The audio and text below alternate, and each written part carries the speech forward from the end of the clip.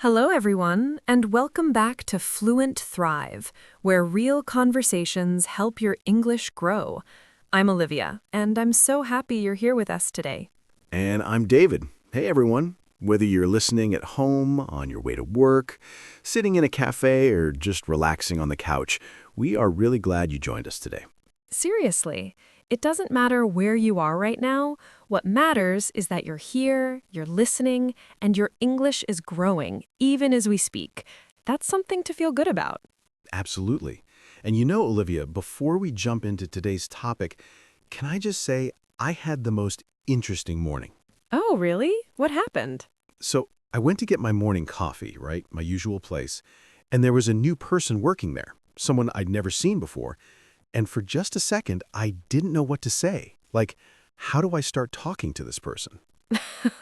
Oh, I totally know that feeling. That little moment of, okay, what do I say? Do I just smile? Do I say something? It's funny because even in your own language, starting a conversation with someone new can feel a little awkward sometimes. Exactly. And that's actually a perfect way to introduce today's topic, because today we're talking about how to talk to anyone. Yes, this is such an important topic, especially for English learners, because knowing grammar is one thing, but actually starting a conversation with a real person, that's a whole different skill. And the good news is it's a skill you can learn. It's not something you're born with. Anyone can get better at it with the right phrases and a little confidence. So, if you've ever felt nervous about starting a conversation in English, maybe with a classmate, a coworker, a neighbor, or even a stranger, this episode is made exactly for you. Don't worry if your English isn't perfect right now. We're going to keep everything simple, natural, and easy to follow. Just relax and listen with us. And hey, if you're enjoying learning English this way, through real conversations, please consider hitting that subscribe button on Fluent Thrive. It really helps us, and it means you'll never miss an episode. Okay, should we get started? Let's do it. All right, so let's think about this for a second. When do we actually need to talk to someone new in English? Oh, there are so many situations. Maybe you just moved to a new city. Maybe you started a new job. Maybe you're traveling and you need to ask someone for help. Or maybe you're at a party and you don't know anyone there. Right. And in all of those situations, the first 30 seconds of a conversation are the most important, because that's when people decide, do I want to keep talking to this person? That's such a good point. And here's something I want you to remember, listeners. You don't need perfect English to make a good first impression. What matters more is your energy, your smile, your willingness to try. Completely agree. Native speakers appreciate it when someone tries to connect with them. They're not judging your grammar, they're feeling your warmth. Exactly. So, in today's episode, we're going to give you real phrases, phrases that actual people use every day to help you start conversations, keep them going, and end them politely. And we'll give you examples, tips, and even some common mistakes to avoid. Sound good? Perfect. Let's start with step one, how to start a conversation. Okay, so starting a conversation. This is where a lot of people get stuck. They know what they want to say, but they don't know how to begin. Right. So the easiest way to start a conversation is with what we call a conversation opener. These are simple, friendly sentences that make the other person feel comfortable. And one of the most natural conversation openers is a comment about something you both can see or experience, something around you. For example, if you're waiting in line somewhere, you can say, "It's pretty busy here today, isn't it?" Simple, easy, and it invites the other person to respond. Let me try another one. If you're at work or school, hey, are you new here? I don't think we've met. Oh, I love that one. It's friendly, it's curious, and it opens the door for the other person to introduce themselves. And here's one more. If you're at an event or a gathering, how do you know the people here? That's a classic. People love talking about how they got somewhere. It immediately gives you something to talk about together. You know what's interesting? All of these openers have something in common. They're all questions or comments that the other person can answer easily. You're not putting pressure on them, you're just opening a door. Beautifully said. And listeners, you might hear these kinds of phrases all the time in movies, TV shows, or real conversations. Now you'll recognize them. Try to remember just one of these today, just one, and see if you can use it somewhere. Okay, let's listen to a short real-life conversation. David and I are going to act it out, and I want you to pay attention to the phrases we use. Imagine this. David and I are at a coffee shop. We've never met before. I'm sitting at a table, and David comes and sits nearby. Excuse me, is anyone sitting here? No, go ahead. Thanks. Wow, it's really crowded today. I know, right? It's always like this on weekends. Yeah. Do you come here often? Pretty often, yeah. Their coffee is really good. Have you been here before? First time, actually. A friend recommended it. Oh, nice. Well, you picked a good place. And scene. See how natural that felt? And notice, nobody said anything complicated. Everything was simple, short sentences, easy questions, but the conversation moved forward naturally. Let's highlight some of the phrases we used. First, is anyone sitting here? This is a polite way to ask if a seat is free. Then, go ahead. It means, yes, please sit down. It's very casual and friendly. And do you come here often? A classic conversation starter. A little old-fashioned maybe, but still completely natural. Listeners, pause here for a second and repeat these three phrases with us. Is anyone sitting here? Go ahead. Do you come here often? Great job. Keep going. Okay, so now you've started the conversation, but here's where many people get nervous. How do I keep it going? What if I run out of things to say? This is such a common worry. And honestly, the secret is so simple. Are you ready? Tell them, David. The secret is, ask follow-up questions. When the other person says something, find one detail in what they said and ask about it. Yes. So, for example, if someone says, I just moved here from another city, you don't just say, oh, okay. You ask, oh, really? Which city? Or how long have you been here? Or are you enjoying it so far?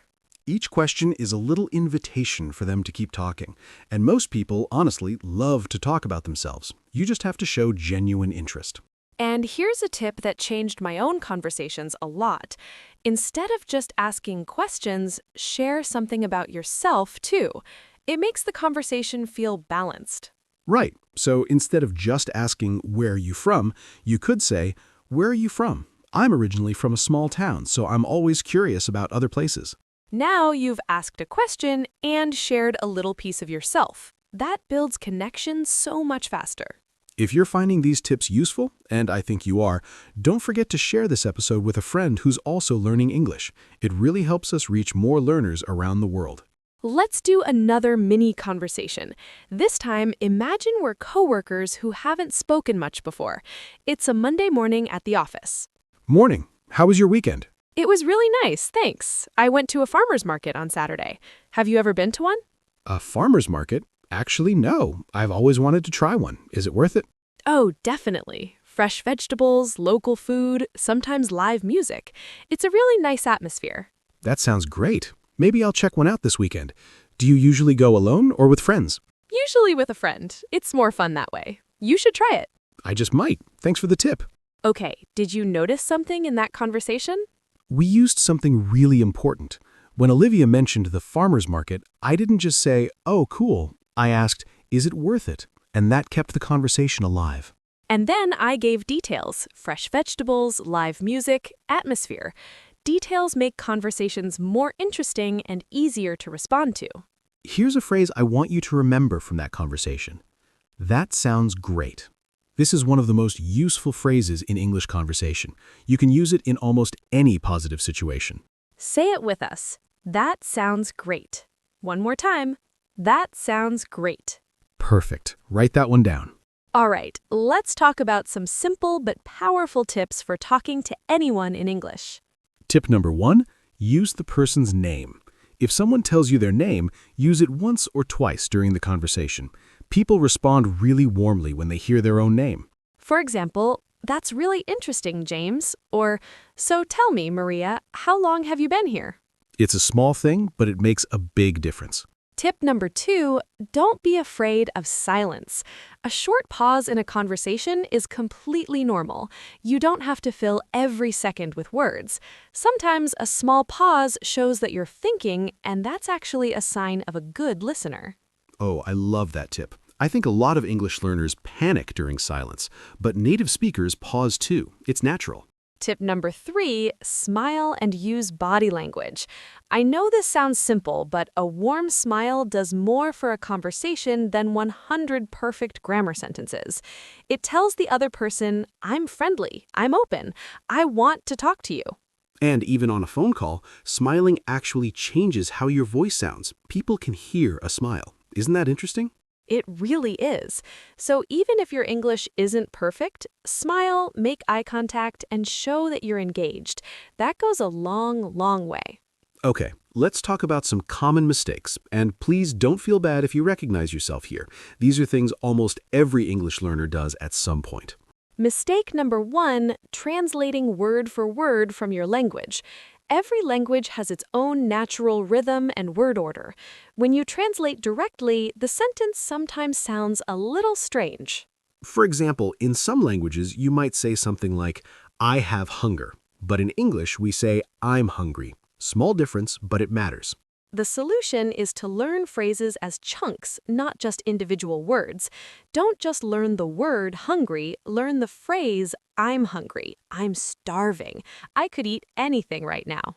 Exactly. Phrases are your friends. Mistake number 2, saying nothing because you're afraid of making a mistake. This is probably the most common mistake of all. And it's understandable, right? Nobody wants to sound silly. But the truth is, making mistakes is how you learn. Every mistake is a lesson, and most people in real conversations won't correct you. They'll understand you and keep talking. So give yourself permission to be imperfect. Try the sentence, say the phrase.